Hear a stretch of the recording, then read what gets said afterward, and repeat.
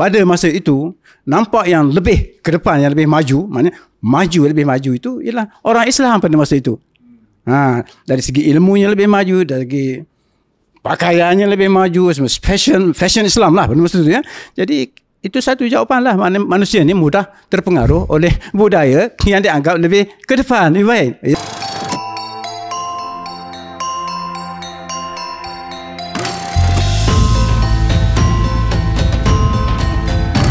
Assalamualaikum warahmatullahi wabarakatuh. Salam sejahtera dan selamat datang ke episod 6 podcast Sejarah Kita bersama dengan saya KJ dan saya Edin Ku.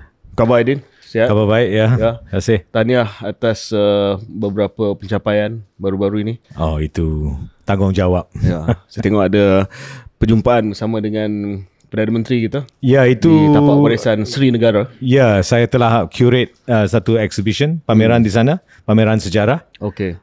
Jadi dia datang untuk officiate lah. Mungkin cuma sebelum kita mula episod kali ni, saya nak tanya sikit pandangan Edin, sebab saya teliti ucapan Perdana Menteri yang menyatakan bahawa tempat-tempat macam Sri Negara sepatutnya dirakyatkan dan bukannya hanya menjadi tempat untuk golongan atasan ataupun elit. Apa maksud itu? Sebab sebelum ini Karkosa Sri Negara disinonimkan dengan acara-acara golongan yang atas lah. Adakah sekarang ni dia akan jadi lebih accessible kepada orang ramai? Itu adalah harapan.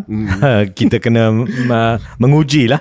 Tapi pameran ini misalnya adalah satu pameran tentang pembangunan Kuala Lumpur, dan juga negara pada keseluruhannya. Ia terbuka kepada orang awam yang hanya kena book dan masuk. Jadi saya rasa, saya haraplah interaksi itu. Tapi tempat tu agak terpencil. Terpencil tapi tidak, sebab dia terpencil dari segi jalan itu. Tetapi dia sebenarnya betul-betul di tengah Bandar Kuala Lumpur. Di Bandar Kuala Lumpur, Dia sebelah Lake Gardens. Dan punya sejarah yang sangat menarik. Saya apa pun ucapkan terima kasih sebab sejak ada usaha nak bangunkan, nak hidupkan semula Karkosa Sri Negara ni, jalan tersebut lampunya sudah menyala sebab kediaman almarhum Pak Lah di situ. Dan betul. Bila kita pergi ziarah ibu tiri mertua saya, terpaksa melalui jalan dulu yang tak ada lampu. Okey, Edin, untuk episod kali ni kita, sebab episod yang lepas kita telah pun pergi jauh ke hadapan mungkin, membincangkan naratif sejarah negara Malaysia. So kita nak kembali sikit kepada urutan kronologi yang kita mulakan siri Audiosia ataupun podcast kita, di mana kita telah tinggalkan podcast ini pada zaman, kalau tak silap saya, proto sejarah, zaman Sriwijaya, zaman di mana kita melihat mula ada sistem kerajaan Mandala, dan juga konsep Dewa Raja. Dan kita tahu dalam arka ataupun the arc of history, we know what happens next lah. We know what happens next, which is kedatangan Islam. Tapi sebenarnya while that was taking place, Islam was already here. Islam memang dah bertapak di sini, tetapi dia tidak menjadi agama dominan kepada pemerintah dan juga agama dominan kepada tamadun, kepada civilization di sini. Sebab ada bukti arkeologi, ada bukti sejarah yang menyatakan bahawa seawal mungkin abad ke-8, ke-9 memang dah ada dah. Terutamanya dari segi perdagangan dan pedagang-pedagang daripada Gujarat, yang datang daripada India, Malabar, dan sebagainya. Tetapi Islam dia mula muncul betul-betul di Kepulauan Melayu, di alam Melayu ini, pada kurun abad ke-13 hingga ke-15. Dan kita tahu contohnya pada tahun 1303 Masihi, ini perkara yang ada konsensus di kalangan sejarawan, bertemunya batu bersurat di Kuala Berang, Terengganu, yang menjadi bukti paling awal kewujudan Islam di Malaysia. Batu ini ditulis dalam huruf Jawi. The first time we come across Jawi lah, dan menunjukkan kehadiran ajaran Islam yang mantap di pantai Semenanjung. Dan interestingly, batu bersurat ni, of course, dalam popular history dia predate Kesultanan Melayu Melaka, the conversion of the Sultan of Melaka. So kita sebenarnya masih lagi ada perdebatan antara sejarah di manakah yang pertama, siapa yang pertama, datang daripada arah mana, arah barat ke, arah timur ke, arah utara ke, dan saya rasa itu antara kupasan yang kita nak buat pada episod kali ini. Dan selain daripada itu, go further into what kind of Islam bertapak di sini. Dan salah satu isu yang agak menarik lah ialah bahawa tidak ada titik tepat di mana munculnya datangnya Islam, ya, sebab the first convert. Ya, ia tidak datang dengan pedang, or not with the sword, tetapi secara ayunan lah. Jadi bagi itu ia agak, sejarah Islam di alam Melayu ni agak lain dari yang lain. Ya. Dan dia mengambil masa sebelum boleh dikatakan decodified dalam undang-undang, contohnya dalam hukum kanun Melaka dan sebagainya. It took some time. Dan kita akan bincang apakah proses penerimaan atau apakah proses pertamanya penerimaan pemerintah, kedua apakah proses penerimaan orang ramai seperti yang kita bincang sewaktu kita bincang pengaruh Buddhis dan juga Hindu dahulu, dan apakah pusat-pusat penyebaran ataupun pengajian yang wujud pada rantau ini. Dan sekali lagi, sebab kita ada ramai peminat daripada seberang yang sedang mengikuti podcast kita, banyak komen-komen yang pedas. Kita guna istilah alam Melayu ni yang menceritakan soal Nusantara ni lah, tetapi of course fokus kita, sejarah kita adalah Malaysia, maksudnya kawasan-kawasan yang sekarang ni berada di Malaysia, tetapi dengan caveat kita sentiasa cakap tentang alam Melayu lah, ya. Jadi kita harap bahawa rakan-rakan daripada seberang janganlah terlalu rigid, nationalist. Okey, baik. Kita sangat besar hati sebab hari ni kita ada seorang tetamu yang heavyweight, sangat-sangat heavyweight, iaitu Profesor yang bahagia, Profesor Emeritus Datuk Dr. Osman bin Bakar. Assalamualaikum, Prof. Waalaikumsalam warahmatullahi wabarakatuh. Ya, Rektor ke-7 Universiti Islam Antarabangsa Malaysia, yang mempunyai kerjaya dan juga pengalaman akademik yang sangat-sangat luas, pemegang Al-Ghazali Chair of Epistemology and Civilizational Studies and Renewal di ISTAC, Profesor Emeritus, Profesor terbilang di beberapa universiti, dan mempunyai bidang kepakaran dalam bidang falsafah dan sejarah sains Islam, epistemologi Islam dan konsep ilmu berteraskan tauhid, hubungan antara agama, sains dan tamadun. Prof, pertamanya selamat datang ke episod ke podcast sejarah kita ni. Mungkin Prof dengar sikit apa mukadimah daripada saudara Edin dengan saya. Apakah naratif yang cuba kita frame tu betul ataupun tidak sebagai premis dia? Saya mengucapkan tahniah kepada Dr. Khairi and Dean kerana mengambil inisiatif yang cukup bermakna bagi saya dalam usaha kita untuk wujudkan satu budaya ilmu yang sihat, berilmu yang seperti mana yang dikendaki oleh ajaran Islam sendiri, dan kemudian kita cuba mempelopori diskusi wacana tentang berbagai aspek sejarah, falsafah sebenarnya yang bersifat antara-disiplin. Saya nampaklah apa yang disampaikan melalui program-program yang ditaja itu maknanya cuba membawa masyarakat supaya menangani isu-isu, semualah isu-isu sejarah sebagainya dari kacamata ilmiah, dari perspektif ilmiah, bukan berdasarkan hanya tekaan andaian saja, tapi berdasarkan kajian ilmiah. Itu maknanya baguslah. Ini inisiatif bukan daripada pihak kerajaan, bukan pihak universiti rasmi, tetapi pihak daripada katakan inisiatif sendirilah maknanya. Jadi saya mengucapkan banyak terima kasih lah. Saya pun tertariklah kepada diskusi. Saya tak dapat mengikuti semuanya, tapi ada kalanya saya mengikutilah. Terima kasih. Terima kasih Prof, sebab tanpa merujuk kepada mana-mana pihak, sejarah ni sekarang ni menjadi satu topik yang hangat. Jadi kita cuba tambah dari segi ilmiah lah dan dari segi faktanya. Prof, saya nak mula daripada soalan asas kaitan dengan topik kita hari ni, iaitu kedatangan Islam ke Malaysia ataupun kepada alam Melayu lah, kalau kita nak guna istilah yang lebih tepat pada waktu itu. bagaimana pendekatan untuk kita memahami kedatangan Islam ke alam Melayu pada waktu itu? Sama ada ia satu peristiwa berlaku, satu symbolic conversion of somebody, ataupun ia satu proses yang kita sebenarnya tak berapa tahu sebab dia mengambil masa yang lama dan kita tak tahu dari sudut mana dia datang, daripada barat ke, daripada timur ke, daripada utara ke. Baik, terima kasih. Mungkin terlebih dahulu saya cukup menekankan tentang istilah. Satu istilah ialah tentang kedatangan Islam. Itu satu istilah yang mesti dijelaskan apakah yang dimaksudkan kedatangan. Itu ya. Untuk menjawab soalan itu kita perlu tahu pula apa itu Islam, apa itu juzuk-juzuk Islam, the components of Islam. Baru kita dapat menjawab soalan itu dengan baik. Yang satu poin yang ketiga, yang lebih baik itu ya kita bercakap walaupun tentang Islam di Malaysia, tetapi kita lihat dari perspektif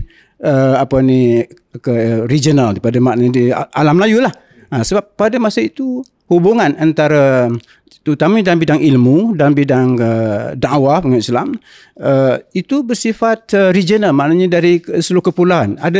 Tidak ada, saya selalu menyebut ini itu macam ada satu common market, satu common macam di alam Melayu itu macam satu union pada masa itulah ya. Sebab ada hubungan yang cukup rapat antara apa yang berlaku di Patani dengan Aceh, dengan Brunei, Mindanao, semua itu cukup menarik. Jadi kita pada masa itu mana ada Malaysia, Indonesia. Jadi kalau kita untuk membincangkan untuk Malaysia di zaman sekarang pun lebih baik daripada perspektif itu kita bermula dari perspektif keserantauan. Itu lebih baik. Disebabkan apa yang berlaku dalam sejarah itu saling kait mengait antara satu sama lain, ya. Hubungan itu memang satu rantau di mana mobility itu begitu hebat sekali. Mobility dari segi para ilmuwan, daripada ilmu, ya, selain daripada perniagaan dan perdagangan lah, ya. Jadi balik persoalan kedatangan ni, kita nak tentukan adakah kita bercakap tentang kedatangan pertama pengikut-pengikut Islam, kedatangan ajaran agama Islam, kedatangan ketiga kedatangan institusi Islam yang sudah ada. Itu mesti kita jelaskan itu, ya. Baik, kita ambil contoh kedatangan pengikut-pengikut Islam. Itu memang sudah lama, sebab sebelum Islam tu ada ni sudah pedagang-pedagang daripada semenanjung Arabia dan daripada Yaman itu sudah ada sampai ke negara China. Ya, ke negara China sudah. Jadi sudah tentu kita ni di tempat persinggahan mereka itu. Jadi mereka memang sudah lama. Sejak bila itu kita tidak mempunyai detail tentang itu, tetapi kita sedar berdasarkan rekod-rekod dalam sejarah orang-orang Cina, negara Cina, ya. Kemudian dalam tulisan-tulisan orang-orang Islam sendiri ada merujuk kepada seawal kurun ke-10, abad ke-10 misalnya. Maknanya pelarian pedagang daripada Kanton, daripada Shanghai, apa semua itu. Sebab pada masa itu pedagang-pedagang Islam sudah dibenarkan oleh pemerintah China, untuk tetap dalam quarters, business quarters lah. Tetapi ada beberapa kali perang saudara yang menyebabkan mereka terpaksa lari dari negara China. Itu yang ada disebut dalam salah satu tulisan Islam, mana di kurun ke-10 itu mereka apa yang disebut Kedah lah, ya, Kedah tu ya. Jadi maknanya mereka lari ke situ, mendapat perlindungan di situ. Itu dari segi kedatangan pengikut Islam. Bagaimana kedatangan ajaran Islam? Itu mesti sejelasnya, ya. Ajaran ini datang daripada pendakwah, missionary. Itu mana secara eksplisit, bukannya andaian. Ini kita ada bukti-bukti bahawa beberapa orang syekh dari Mekah datang untuk menyebarkan Islam di Aceh, di Kedah, dan kemudian itu banyak sekali lah. Tadi kita cakap tentang sebelum Melaka.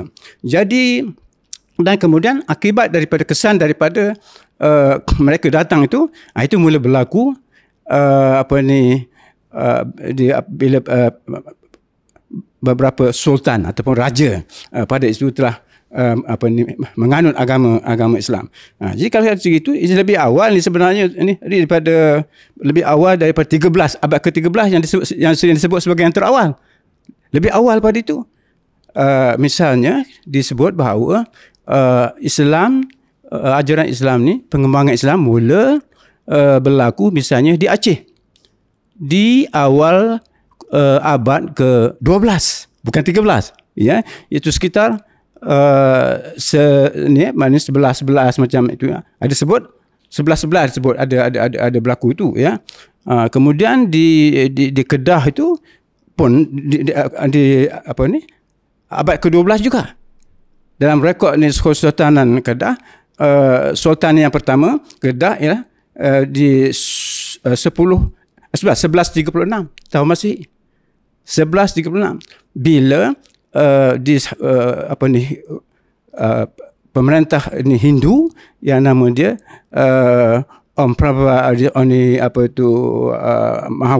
Mahawansa, dia memeluk agama Islam atas inilah pengaruh seorang syekh dari Mekah, dan dia kemudian dia jadi sultan yang pertama, ngambil nama Muzaffar Shah, Sultan Muzaffar Shah yang pertama. Itu dia menjadi sultan pada tahun 1936. Ya. Kalau di Aceh yang pertama Sultan Muzaffar Shah ini bukan Muzaffar, itu Muhammad Shah, ya. Itu di tahun 12 lebih kurang lah 12,000 macam tu, ya. Poinnya secara ringkasnya kepada soalan itu, kita semakin banyak kita mengetahui tentang sejarah ni, macam kita terpaksa diawalkan lagi kedatangan Islam itu. Bukan semakin lewat, tetapi lebih awal, ya. Prof, itu satu kupasan yang menarik yang menunjukkan bahawa mulanya datang pedagang yang beragama Islam. Selepas itu datangnya ajaran Islam. Selepas itu datangnya institusi Islam. Sangat kemas cara yang disampaikan itu. Saya nak pergi kepada ajaran Islam itu mula berkembang dengan datangnya pendakwah, dengan datangnya syekh, dengan datangnya alim yang mungkin berlatar belakangkan sufi dan sebagainya. Pada waktu itu belum lagi ada institutionalization of Islam. Saya nak dapat tahu sikit tentang zaman itu, sebab belum lagi ada menjadi agama pemerintah, dia masih lagi di community barangkali. Ini sangat menarik soalan ni, ya. Kita harus faham tentang struktur Islam, struktur agama Islam. Agama Islam terdiri daripada sebagai satu agama bermasyarakat. Yang paling penting dalam ajaran Islam ialah syariah, ya. Di mana aspek Islam yang mesti menonjol terlebih dahulu daripada yang lain ialah syariat. Sebab pengikut-pengikut Islam terpaksa menunaikan solat, terpaksa menunaikan zakat. Itu semuanya berhubung dengan syariat Islam. Jadi misalnya kalau di Aceh itu yang sebenarnya berlaku di Perlak, ya. Jadi bila sultan yang pertama itu muncul, menjadi tanggungjawab sultan untuk memastikan mesti ada masjid, mesti ada sistem zakat ini, ya, memudahkan orang nak pergi haji semua. Jadi itu tetap ada. Jadi sebab itu kedatangan Islam yang penting ini kedatangan institusi dalam bentuk sistem kesultanan. Jadi kita harus membincangkan tajuk ini dengan mengambil kira latar belakang sejarah, iaitu sejak tertubuhnya kesultanan yang pertama di dunia, iaitu di India. Bukan di tempat lain. Sultan pertama ialah di India. Dan kemudiannya cepat saja sistem kesultanan ini merupakan sistem pemerintahan yang dominan di dunia pada itu. Sultanate. Siapa nak ni to create sultanate lah, ya, wujudkan kesultanan. Jadi sultan itu di situlah dia merubah struktur masyarakat, apa semua itu, ya. Jadi sangat menariklah tentang aspek itu, ya.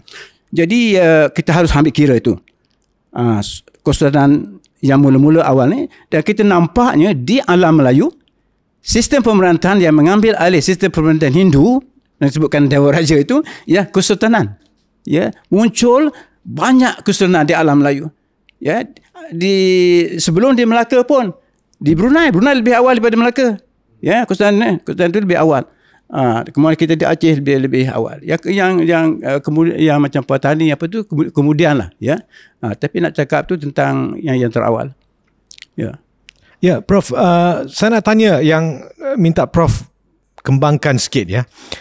Sebab pengalaman Islam di rantau Kepulauan Melayu agak berbeza kalau dibandingkan dengan sejarah Islam di rantau-rantau yang lain. Kita tahu bahawa Islam itu juga merupakan satu empire yang kuat. Ya, jadi kedatangan Islam ke Afrika Utara misalnya, ke Turki, ke alam Byzantine, ke India pun adalah menerusi perang dan conquest, ya, taklukan. Tetapi di Asia Tenggara memang tak ada pengalaman sebegitu, dan di Kedah misalnya sangat menariklah Merom Mahawangsa bermula dengan satu perbicaraan dengan burung Garuda yang mewakili alam Hindu dengan Nabi Sulaiman yang kemudiannya menjadi satu Nabi yang sangat berpengaruh dalam pemikiran Islam di Asia Tenggara. Apakah pentingnya ketiadaan apa-apa pun penumpahan darah dalam perkembangan Islam di Malaysia? Apakah kepentingan itu? Dari segi pengembangan Islam secara global, kalau kita ambil sepintas lalu punya ni kan, selayang pandang lah kan, di bahagian dunia di mana Islam berkembang melalui pendakwah dan dakwah secara aman, bukan melalui peperangan. Kita dapati perang ini banyak berlaku di dunia apa yang kita sebut sekarang dunia Arab. Dunia Arab, Turki, Iran, Asia Tengah, ya, itu melalui peperangan. Maknanya semakin luas wilayah Islam itu didapati melalui peperangan. Tetapi yang menariknya, ini tidak berlaku bukan saja di alam Melayu, tetapi di Afrika Islam juga melalui pengembangan oleh kaum Sufi di Afrika. Dia punya patternnya, dia punya polanya itu ialah pendakwah Sufi ini akan mendekati istana. Itu menarik. Jadi mendekati istana. Itu dia punya macam pattern. That the pattern can be observed. Kita dapat lihat itu. Jadi kalau di alam Melayu, ya, kita dapati memang begitu, ya. Tapi kalau dalam Aceh itu dia bukan terus ke istana, sebab pedagang sampai bermasyarakat, ya, dan mewujudkan masyarakat Islam lah, ya. Tapi kemudiannya baru wujud sultan yang pertama. Tetapi macam Kedah lain, Kedah terus daripada ke istana. Itu ada perbezaan juga, damai melalui keamanan, tetapi ada approach yang berbeza, ya. Tetapi yang menarik ini, salah kalau katakan Islam sampai di India menerusi peperangan. Itu tak betul dari segi sejarah. Kerana di Kerala, di negeri Kerala yang dekat dengan pesisir di barat, di barat India, itu sebenarnya secara aman. Kerana Raja Hindu pada masa itu dia mendengar kisah tentang Nabi di sana. Jadi dia memang tertarik, dia pergi bertemu dengan Nabi Muhammad SAW. Kemudian dia memeluk agama Islam. Kemudian dia perintah supaya masjid yang pertama di India ditubuhkan. Jadi bukan melalui perang, melalui satu yang maknanya di India ditawan ataupun hati, menawan hati, bukan menawan kubu, menawan kalbu, bukannya kubu. Itu agak menarik. Tetapi Moldi sekarang dia tak akan sebut itu, ya. Prof, saya nak tanya soalan susulan. Ini mungkin soalan yang tak tahulah soalan akal ke, soalan basic ke, tapi saya nak tahu juga menawan kubu, menawan kalb, hati. Ya. Macam mana pemerintah pada masa itu tergerak untuk masuk Islam? Apa daya tarikan dia? I mean, of course kita tak boleh nak mempertikaikan niat seorang tu. Tapi saya nak cuba faham ke pemerintah di sini, sebab dia dah ada wave gelombang Buddha, Hindu yang antaranya digunakan sebagai asas keabsahan mereka. Ya. So adakah Islam itu dilihat sebagai asas keabsahan mereka juga sebagai pemerintah? Ya. Jawapannya ada dua lah sini. Satu, tabi'i manusia ni, kita pun pada zaman sekarang pun macam tu. Kita mudah terpengaruh dengan budaya yang lebih progresif, yang lebih baik, ya. Dari segala segi lah, dari segi barang-barang yang dibuat, dari segi ekonomi dan sebagainya, dari segi teknologi, all products lah, produk. Jadi pada masa itu nak bandingkan hasil produk yang dihasilkan di alam Melayu tu, jauh lah. Maknanya pada masa itu nampak yang lebih ke depan, yang lebih maju, maknanya lebih maju itu ialah orang Islam pada masa itu.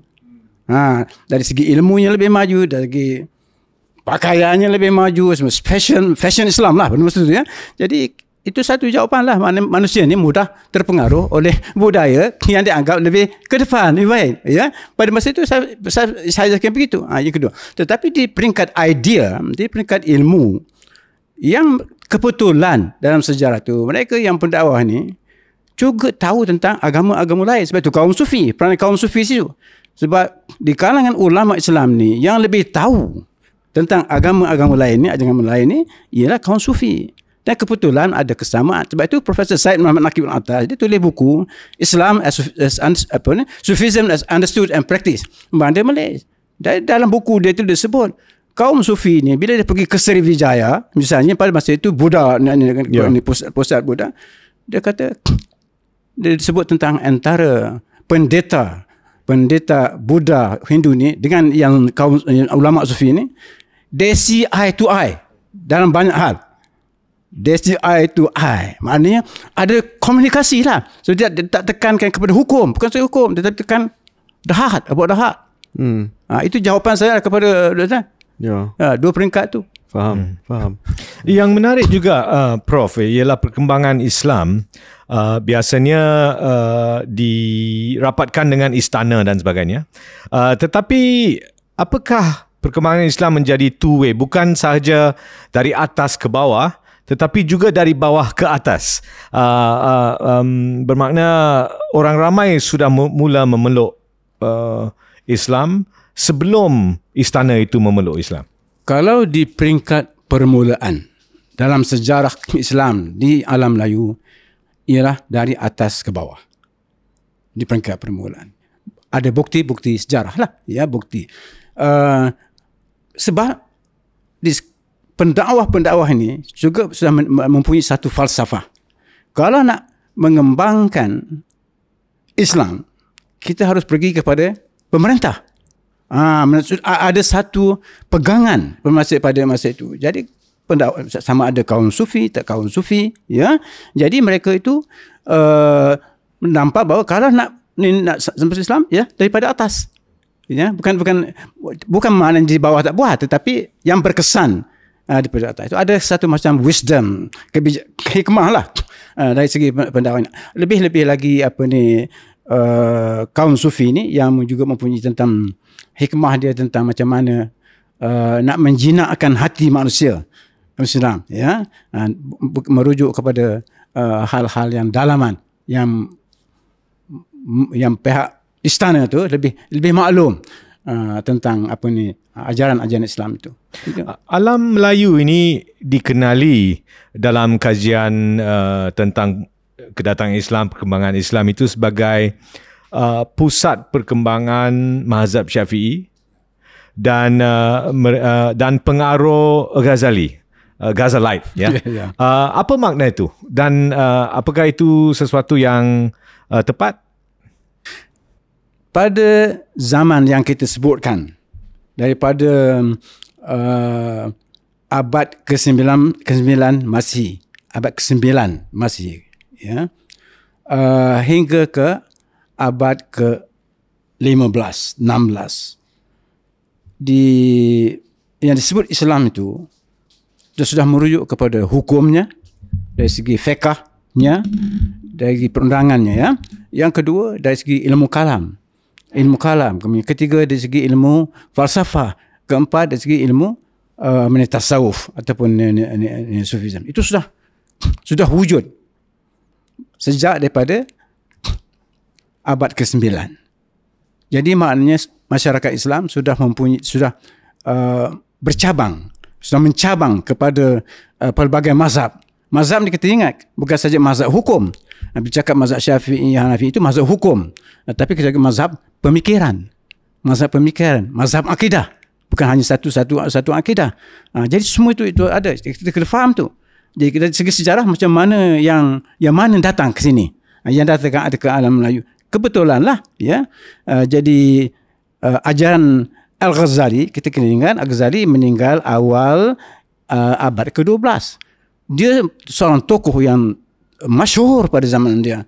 Ajaran-ajarannya berkembang ke seluruh dunia Islam. Jadi kebetulan yang pendakwa-pendakwa yang datang ke rantau ini adalah yang terpengaruh dengan pemikiran Al-Ghazali yang juga bermazhab Syafi'i. Ya, kalam Al-Ghazali, hukum Al-Ghazali, mazhab ini, itu yang kebetulan dalam sejarah. Mungkin tidak dirancang, tetapi itu yang berlaku. Bukan dirancang, tetapi ditakdirkan oleh Allah. Nampaknya rantau Melayu ini, alam Melayu ini nak jadi alam yang didominasi oleh mazhab Syafi'i. Dan dari segi kalamnya ialah kalam Asy'ari. Ya, itu kita faham. Kemudian yang penting juga di sini tadi ada soalan daripada ni Saudara Khairi, soal apa itu macam mana pada itu, katakan itu usaha persendirian, bukan tidak ada organisasi apa. Ya, sebenarnya ada. Sebab kita harus bezakan antara tasawuf sebelum wujudnya tarikat dan tasawuf setelah wujud tarikat. Sebab tarikat itu merupakan satu organisasi. Maknanya betul. Very very organized. Jadi dia punya pusatnya semuanya di Mekah. Semua tarikat-tarikat ni pusatnya di Mekah. Tetapi macam ada yang pergi ke Afrika, ada yang datang ke alam Melayu. Ya. Jadi very very organized. Tersusun. Malah saya mengatakan di abad ke-12 daripada Al-Ghazali sampai terutama selepas berlaku jatuhan Baghdad di tangan Mongol, jadi kita dapati bahawa tarikat-tarikat ini berkembang. Ya. Prof, nak balik kepada apa yang Prof sebut tadi tentang satu titik pertemuan antara ahli sufi dengan pengamal agama Buddha di kawasan mungkin Jawa, Sriwijaya dan sebagainya, dan ada persamaan yang mereka telah pun melihat sewaktu pertemuan itu. Adakah betapanya pemikiran Al-Ghazali di alam Melayu ini bukan hanya soal kebetulan, iaitu kebangkitan pemikiran Al-Ghazali pada waktu tersebut, tetapi juga mudah diterima sebab ia menyentuh soal bukan hanya akhlak tetapi penyucian jiwa, dan mudah untuk orang di sini faham konsep itu. Saya tak pasti sama ada soalan saya make sense ke tidak. Pendekatan orang-orang ulama-ulama sufi dalam Islam, mereka kurang menekankan soal halal haram, soal hukum, ya, soal kata sekarang lah itu tak boleh, ini tak boleh, itu haram. Jadi tak mungkin orang Melayu dulu akan tertarik kepada Islam kalau itulah approach-nya, pendekatannya. Jadi kebetulan maknanya yang datang awal itu ialah daripada kaum sufi ini. Jadi mereka cuba nak menjinakkan hati mereka, orang-orang Buddha, Hindu ni kepada Islam. Ya. Tapi itu tidak bermakna aspek-aspek syariat diabaikan, Diabaikan, ya. diabaikan. Tetapi bukan ditonjolkan, itu yang ditonjol, tetapi soal hati, soal idea, pemikiran, maknanya tauhid itu yang ditekankan. Jadi oleh kerana mereka itu mempunyai juga pengetahuan tentang agama-agama lain, itu satu plus lah, satu kelebihan mereka. Jadi seolah-olah mereka tahu nak menyelam hati. Apa yang ada dalam hati kalau para raja dan dewa raja ni kan, itu yang berlaku. Ya. Okey Prof, kita akan break seketika dan kita akan kembali selepas ini.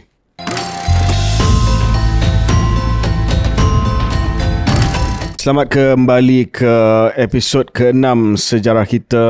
Saya dan saudara Edinku bersama dengan Profesor Emeritus Datuk Dr. Osman Bakar, Rektor Universiti Islam Antarabangsa, sedang membincangkan kedatangan, saya tak nak guna istilah ni lagi dah, kedatangan ataupun kemunculan Islam di alam Melayu dan juga di Malaysia. Kehadiran, saya menggunakan istilah kehadiran. Tak maaf Syekh, kehadiran Islam di alam Melayu, sebab kita tidak mahu terperangkap dengan konsep nation state yang kemudian wujud, yang memisahkan kita kepada Malaysia, Indonesia, Thailand, Filipina, Brunei dan sebagainya.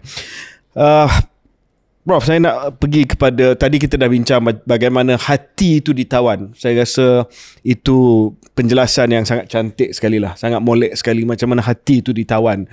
Itu memberi jawapan kepada soalan saya, apa yang tergerak di hati, di dalam hati para pemerintah sultan pada waktu itu untuk memeluk agama Islam. Of course hati ditawan melalui pendakwa sufi dan sebagainya. Saya nak pergi kepada pembinaan negara pula. Sebab apabila para sultan ini, sama ada bermula di Pasai ataupun datang kemudiannya ke Melaka dan sebagainya, apabila mereka memeluk agama Islam, Islam ini dia datang dengan satu institusi. Maknanya dia datang dengan undang-undang, dia datang dengan pentadbiran yang saya rasa adil untuk kita kata jauh lebih menyeluruh daripada Buddhism ataupun Hinduism. Walaupun ada juga sistem pemerintahan dalam agama-agama tersebut, tetapi Islam is a complete way of life, termasuklah soal pemerintahan. Saya nak dapat pandangan Prof, apakah pengaruh kehadiran agama Islam itu kepada pembinaan tamadun yang akhirnya telah pun menjadi Kesultanan Melaka lah. How far is kalau dalam bahasa Inggeris, how far Islam was the bedrock of civilization in the Malay world. Yeah. Saya nampak apa yang berlaku di alam Melayu hampir sama apa yang berlaku di Kota Madinah. Cukup menarik. Yang maknanya baiklah rangkis Madinah itu, di Kota Madinah itu sebelum Nabi sampai ke kota itu semasa hijrah tu, penganut Islam sudah ada yang disebutkan disebut dalam Al-Quran itu sebagai golongan Ansar. Ansar sudah ada. Tapi mereka itu menunggu kedatangan Nabi. Kemudian apa yang berlaku, sebaik saja Nabi sampai di kota Mekah, dia dirikan masjid di Madinah. Ya, di Madinah. Itu yang pertama. Itu lambang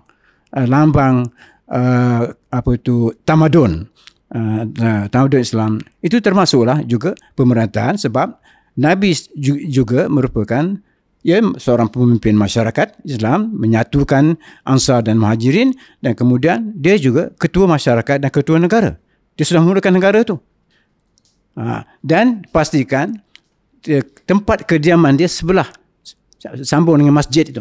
Nak tunjukkan keakraban antara masjid, lambang Quranian, pusat Quranian, dengan kediaman dia, lambang politik kekuasaan. Sebab dia sekaligus ketua negara, ketua umat dan ketua agama. Ya.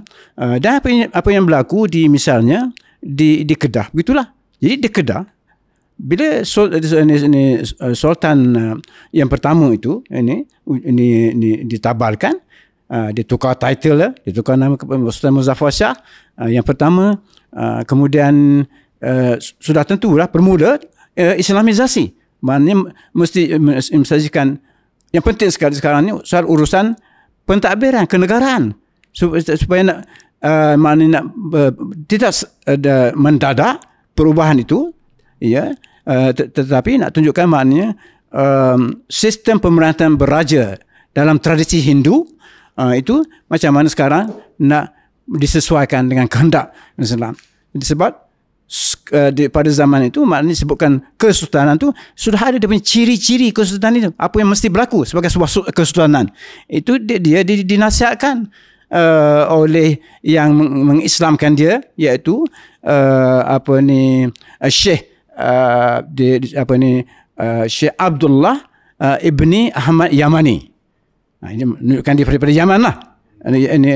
Yamani, di mana dia telah dilantik sebagai mufti. Terus itu jelas, itu dia punya very clear dia punya, ya.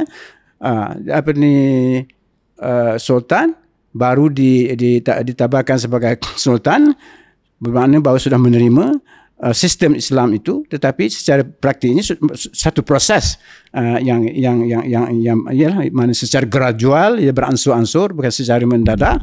Dan kemudian dia sudah appointed oleh mufti, itu peranan mufti lah untuk memastikan syariat itu dilaksanakan peringkat berperingkat. Jadi kemudian di soal peranan para ulama kalau di kaum sufi itu dari segi pendidikan pula, macam mana nak pastikan, nak mendidik yang baru masuk Islam ni, yang baru mengenal Islam itu pastikan. Jadi isu sekarang ni, apa yang saya setuju di sini dengan Profesor Said Naqib yang atas, maknanya kita boleh approach ini dari perspektif the degrees of Islamization, degrees of Islamization, ya, daripada individu ke ini berpresent antara di kalangan penganut, itu ada lah, ya. Tetapi kepada soalan tadi, sebenarnya ialah kita melihat urusan pentadbiran, urusan kenegaraan sudah bermula bila tertabalnya sultan. Brother KJ, kita telah membincang beberapa episod yang lalu tentang sistem Mandala dan Dewa Raja, dan bahawa jarak di antara pemerintah dan mereka yang diperintah sangat jauh, ya. Jadi misalnya fahaman Hindu, fahaman Dewa Raja dan sebagainya terkandung di dalam satu golongan elit, ya. Dan orang ramai misalnya mereka tidak begitu berinteraksi. Juga misalnya pemerintahan mengikut kasta, ya. Dan ini sangat jelas di Jawa, di mana bahasa Jawa pun ada bahasa Jawa yang tinggi dan bahasa Jawa orang bawahan. Saya nak tanya, gunakan istilah baru sikit tentang pendemokrasian dengan kedatangan atau kehadiran Islam. Apakah peralihan dari konsep Dewa Raja ke satu konsep khalifah itu membebaskan sistem-sistem untuk pendemokrasian masyarakat? Misalnya ada musyawarah, ada councils dan sebagainya. Apakah itu satu kesan daripada penerapan Islam, ya, dalam masyarakat? Memang itu salah satu kesan. Sebagai agama yang terakhir untuk seluruh umat manusia, Tuhan mendemokrasikan, bukan pendemokrasian datang daripada Tuhan sendiri, ya.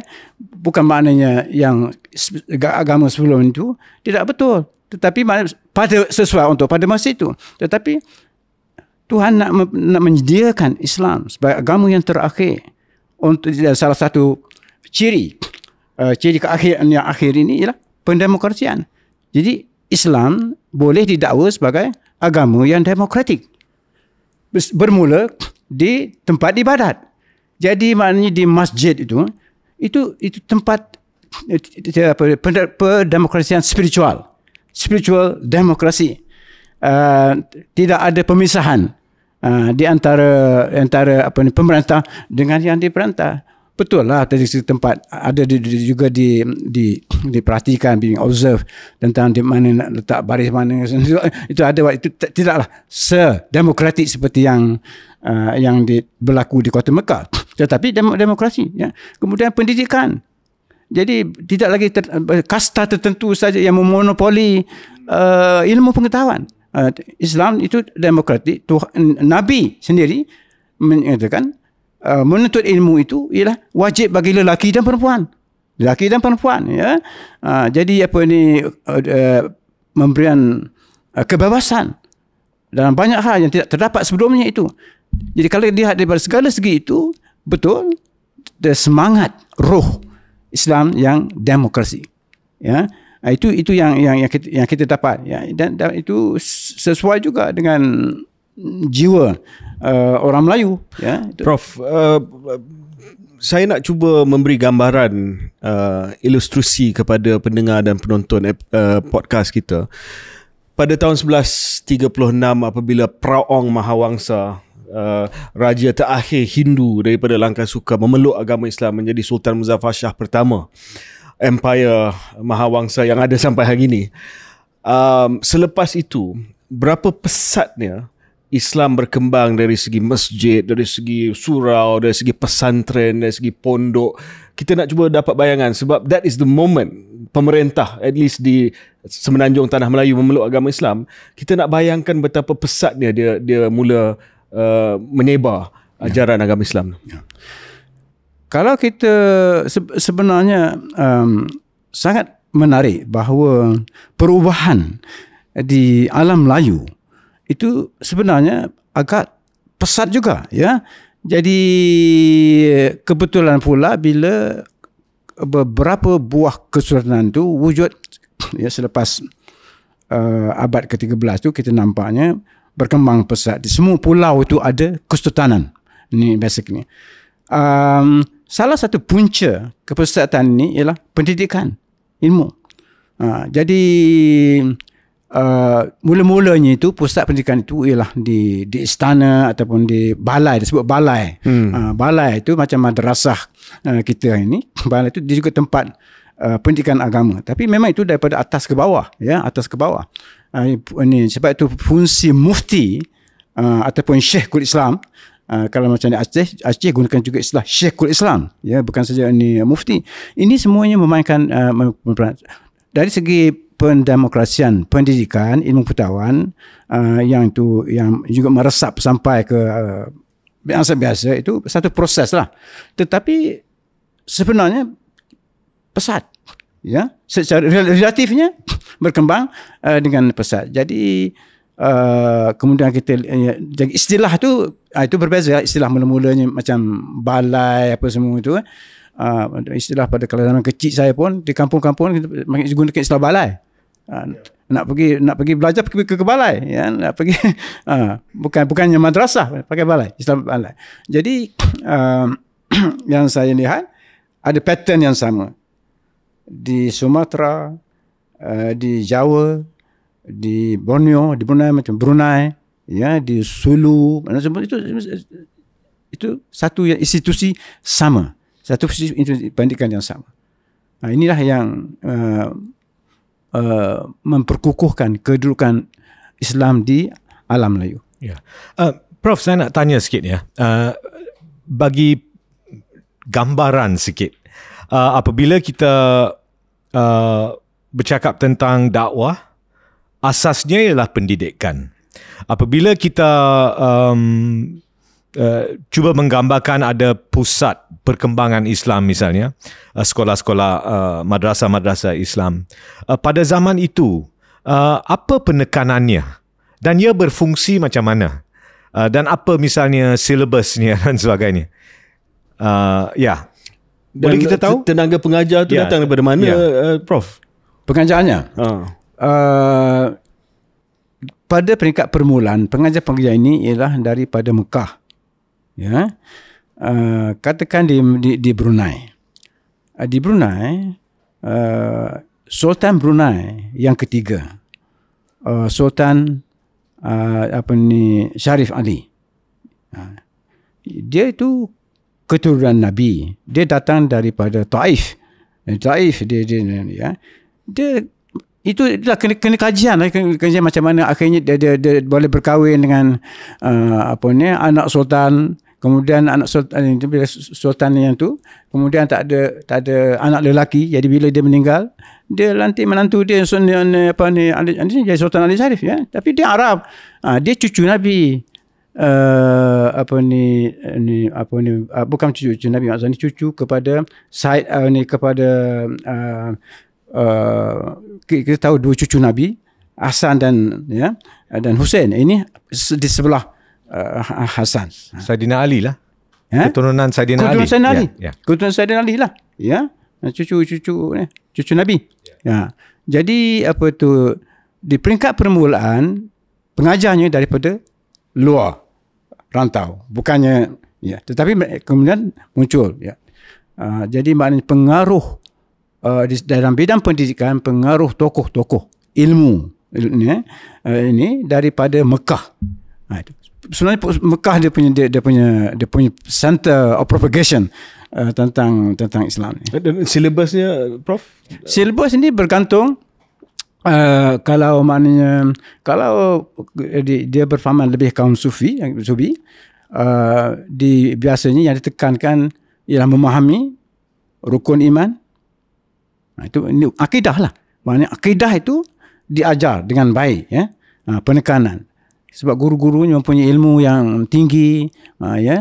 Jadi kualiti pendidikan tentang akidah itu bagus, ya. Kemudian ini yang kemudian melahirkan ulama-ulama Melayu pula. Ulama Melayu tu, ya. Kemudian tentang syariat. Yang syariat itu lebih ramai yang boleh, ya. Ini itu rukun Islam. Mengajar rukun iman, rukun Islam, dan kemudian apa yang disebut ihsan. Ini yang kaum sufi berminat ni, ihsan. Sebab apa itu ihsan? Ihsan ini ialah kita memahami rukun iman itu pada tahap yang terbaik. Kemudian rukun Islam kita mengamalkan juga pada tahap yang terbaik. Itu ihsan. Ihsan ini maksudnya kita mempunyai ilmu yang terbaik dan amalan yang terbaik. Itulah yang ditekankan oleh pendidik-pendidik yang berinspirasikan tasawuf. Ada 4 cabang pengkajian, ya. Syariah, kalam, falsafah. Dia kalam tu lain. Ya. Kalam itu pecahan lain pula. Jadi struktur Islam sebagai ad-din. Ya. Nama saya, ya. Sebagai ad-din ialah maknanya memahami apa tu ada yang disebutkan tadi, sebab itu berdasarkan hadis Nabi, ya.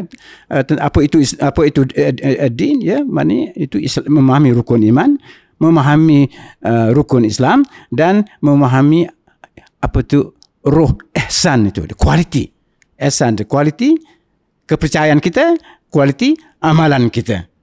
Itu itu sebenarnya tujuan sebenar pendidikan, nak capai itu. Tetapi Islam juga boleh dipecahkan menurut mazhab. Itu menurut mazhab. Kalam itu sebenarnya satu mazhab. Macam mana nak memahami tauhid tadi, ya.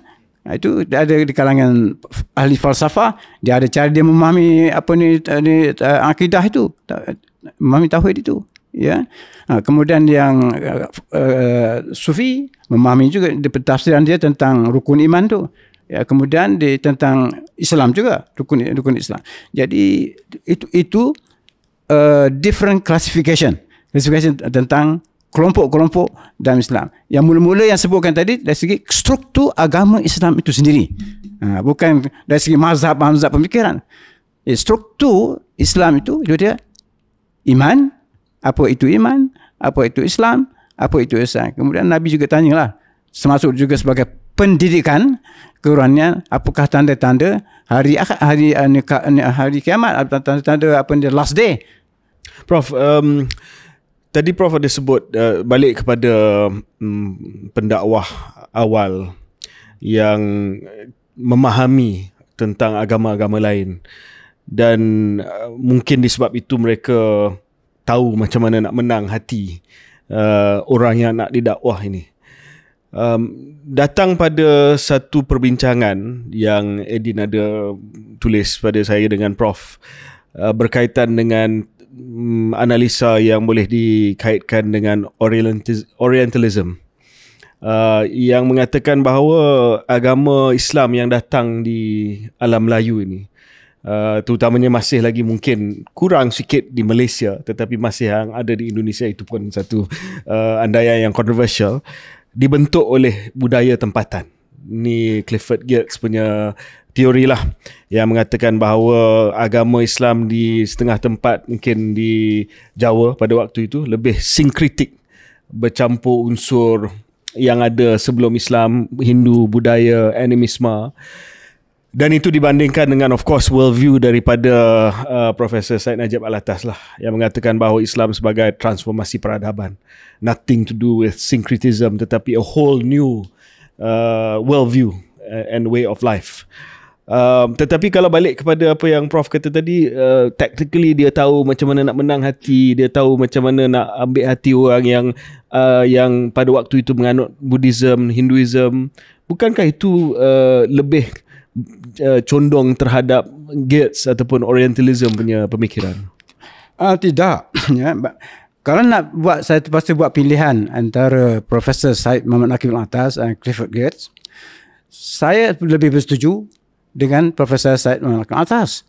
Sebab Clifford Geertz, dia punya pendekatan sebagai seorang ahli sosiologi lebih melihat kepada fenomena dalam masyarakat. Dilihat daripada segi itu, bukan daripada dalam, tapi lebih memerhatikan daripada luar, dan cubalah sebaik-baik nak klasifikasikan puak-puak Islam yang sudah menganut agama Islam, misalnya di Pulau Jawa. Bukan bermaknanya pendekatan itu tidak boleh, tapi pendekatan Clifford itu bukan tak boleh, tetapi kita harus juga faham tentang kedudukan agama Islam, ya. Jadi kedudukan agama Islam sebagai agama terakhir, sebagai sintesis kepada agama-agama yang terdahulu.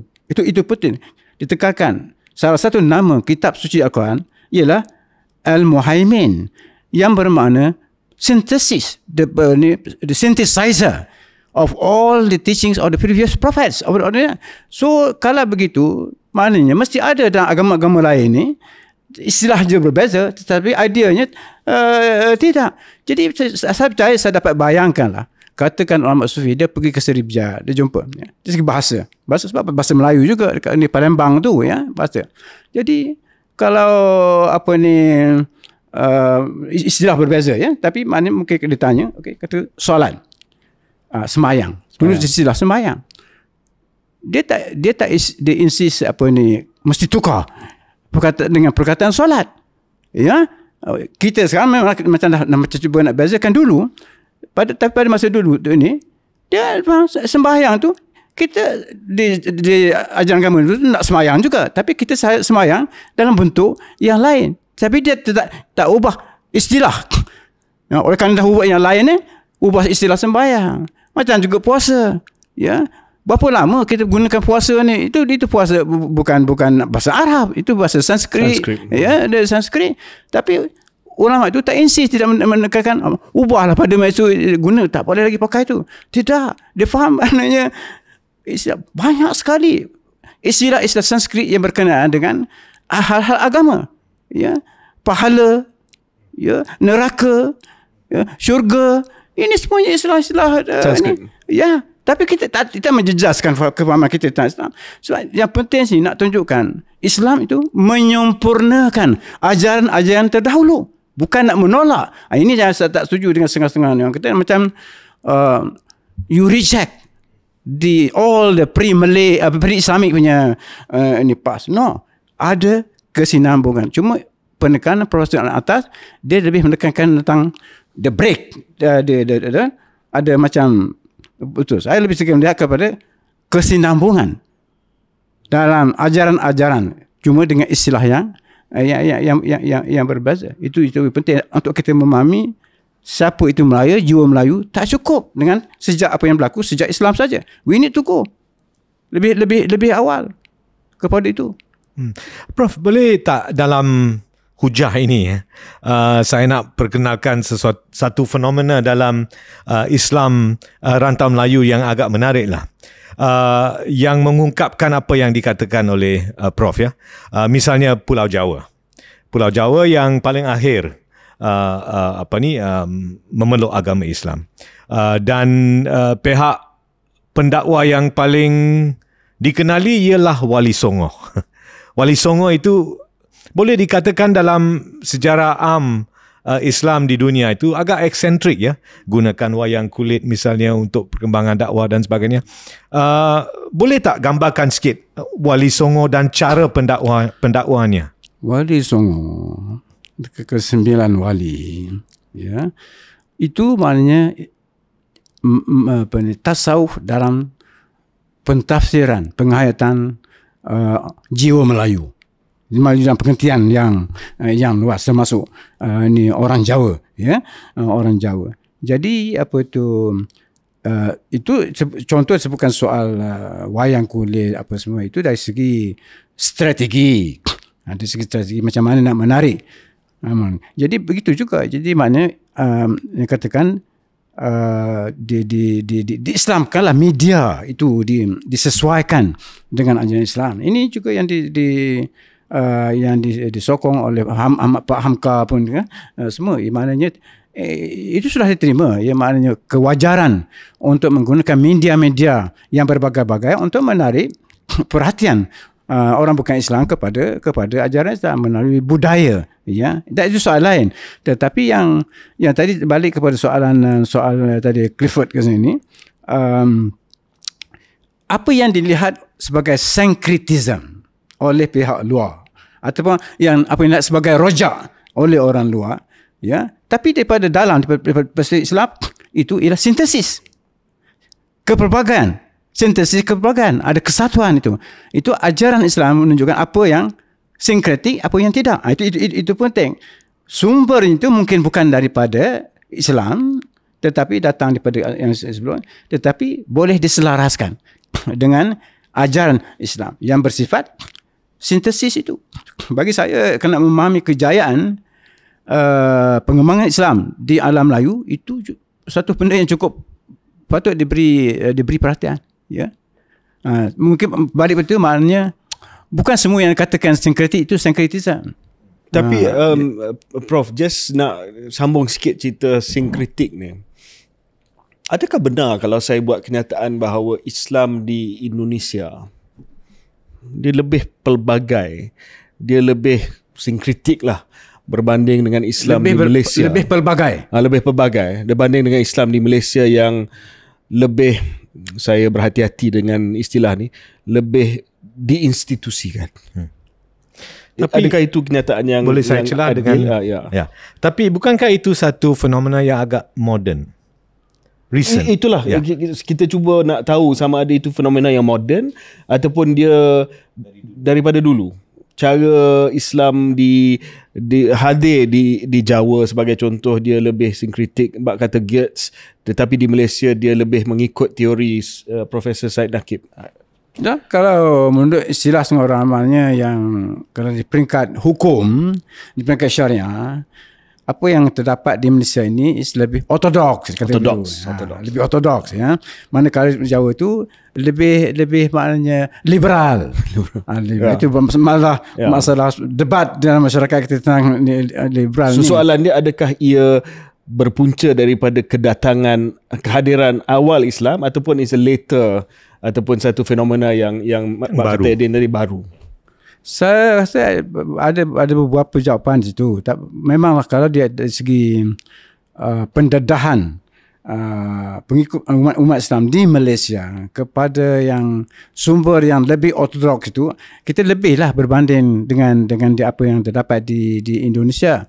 Yang kedua, poin yang disebutkan oleh Profesor Syed Nakib tentang berapa tebalnya pengaruh daripada agama-agama sebelumnya, pengaruh misalnya tradisi Hindu dengan tradisi Buddha itu, kalau di Sumatera jelas dalam sejarahnya itu lebih tebal berbanding dengan apa yang terdapat di Brunei dan di Malaysia, di Semenanjung.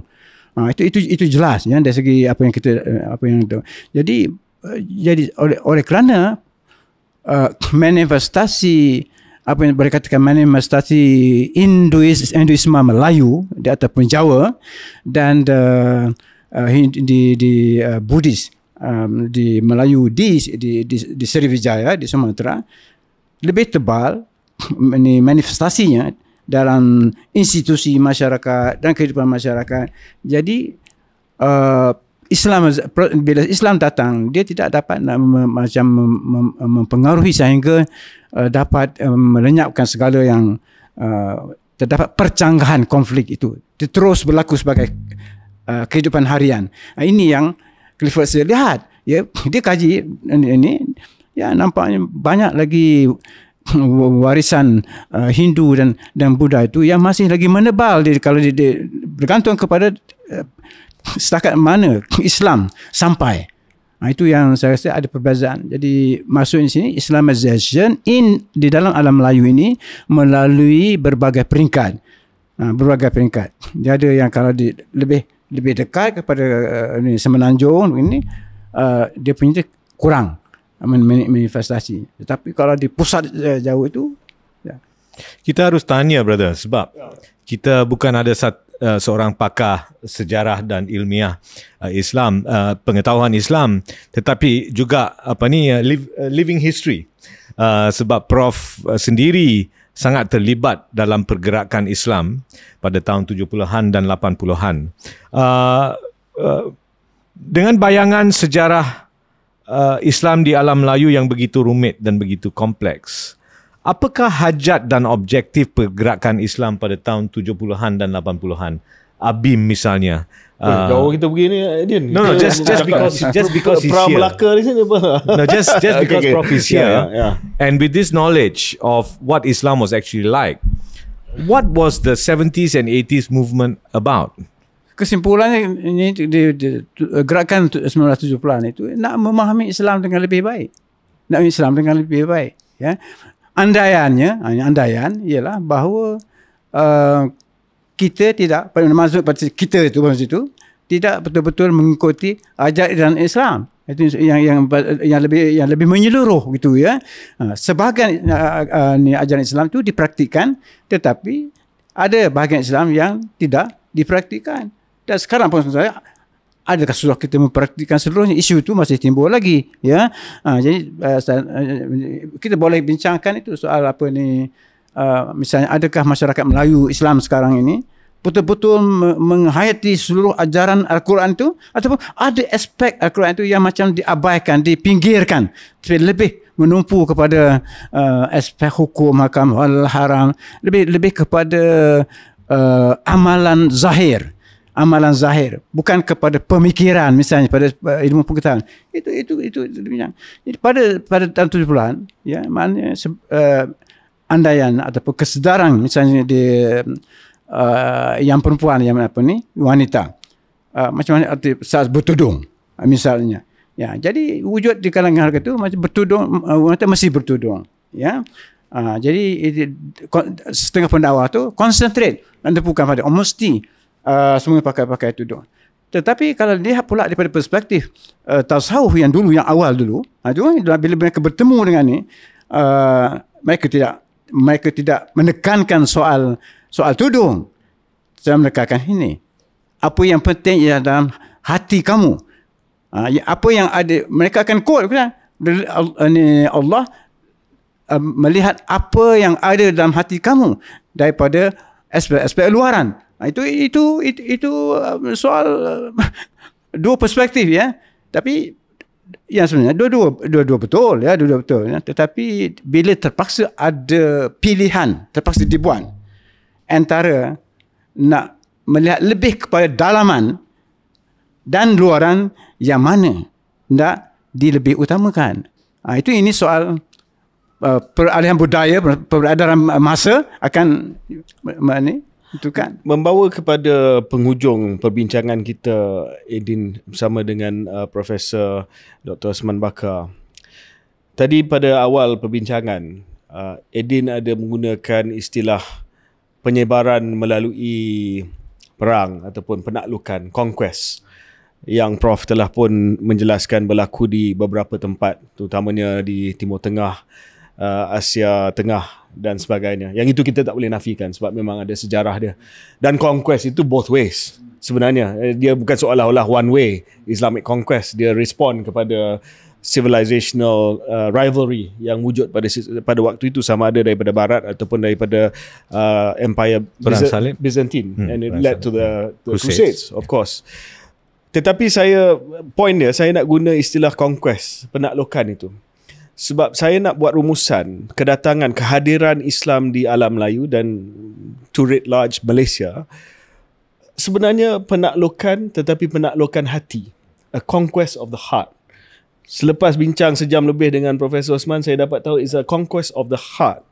Because once that conquest took place, apabila penaklukan kalb itu berlaku, maka ia selari dengan pandangan Profesor Syed Nakib Al-Atas bahawa there was a total perubahan kepada asas worldview. Bukannya syncretic, tetapi complete conquest of the heart and the worldview. And why do I say that? Because bila 1511 kejatuhan Melaka, datangnya penjajah, and we know penjajah punya projek, hatta sama ada Belanda hatta Inggeris, bukan hanya dengan commercial interest, dia datang dengan missionary.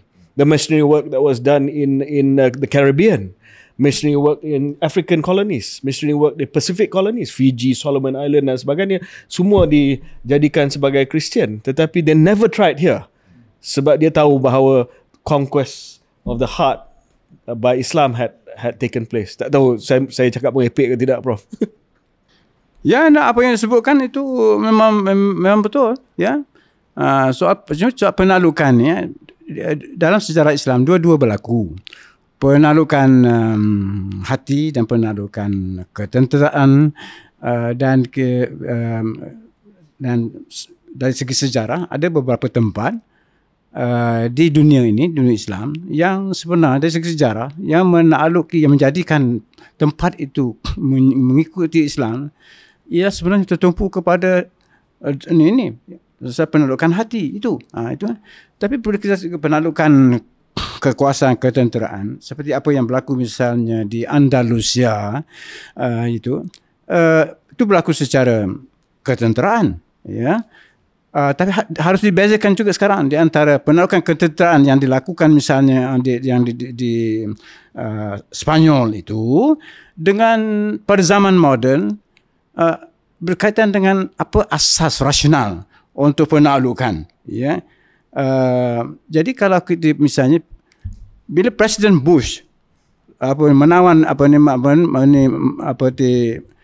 yang berlaku di Iraq. Mengapa dia menaik Iraq? Apa hujah yang dia beri? Hujah yang dia beri to liberate, to give democracy. Dia kata we were invited by the people of Iraq in order to have democracy. Itu hujah yang dia buat. That was also the hujah yang digunakan oleh mereka yang menakluki Spanyol itu. Ya, mereka dijemput oleh orang di Indonesia, tetapi apa? Itu untuk menegakkan la ilaha illallah. Itu to liberate the people.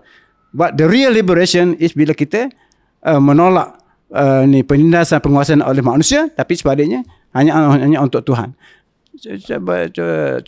Cukup menarik sebagai perbandingan. Saya ada soalan terakhir and then I will leave it. Iaitu pedagogi. Ya, pedagogi. Very important in Islam. Pada masa ini, segala yang kita bincang, kalau saya bertemu dengan seorang Islam, penganut Islam,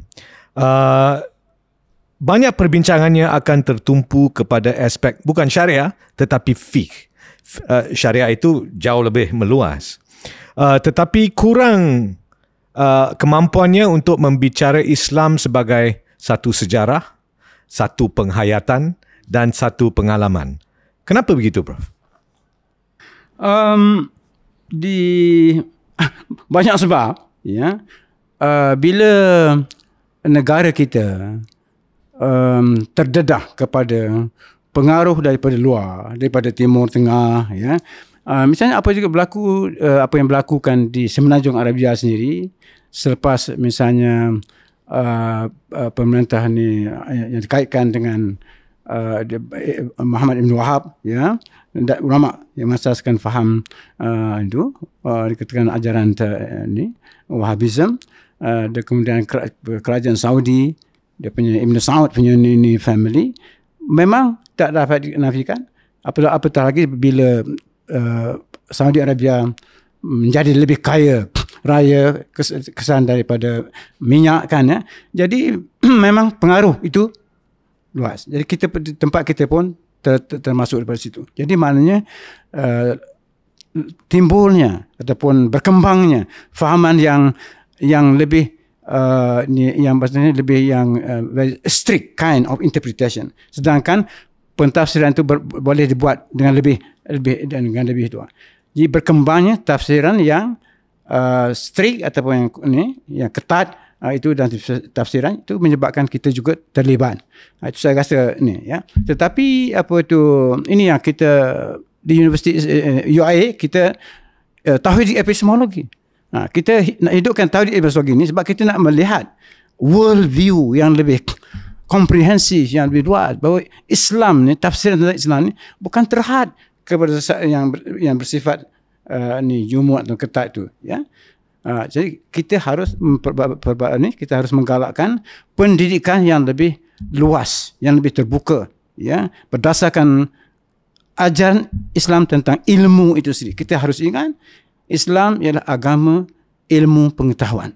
Islam is a religion of knowledge. Knowledge centered religion. Everything is based on religion. And therefore that is open. Kita biar terbuka, kita bahaskan ini. Kita bukan hanya nak pilih satu, nak kemudian yang lain itu kita tolak. Saya rasa kalau betul kita nak membawa perubahan kepada perkembangan Islam di negara kita dan di seluruh alam Melayu ini, di Nusantara, budaya ilmu yang baru, yang sihat itu, yang pernah wujud lah, yang pernah wujud, bukan tak pernah wujud, pernah wujud di dalam sejarah Islam. Bila berkembang berbagai mazhab pemikiran, ya, itu yang kita harapkan lah. Saya rasa satu episod perbincangan yang sangat-sangat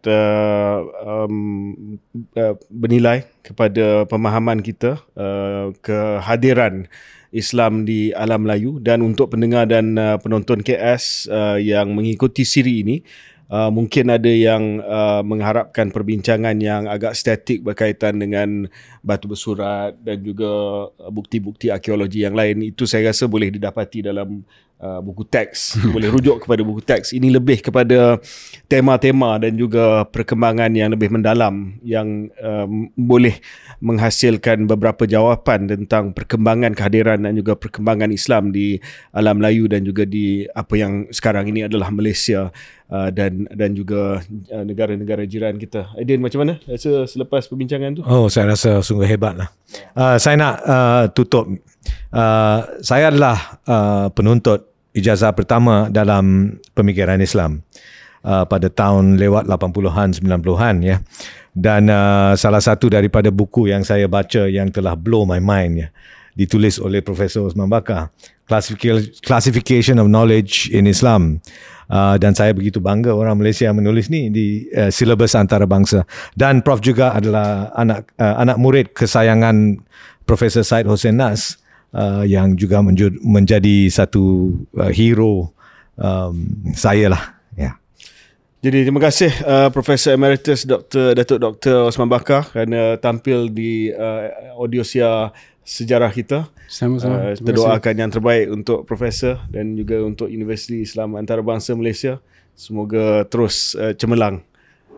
Terima kasih. Selamat tahun baru. Terima kasih.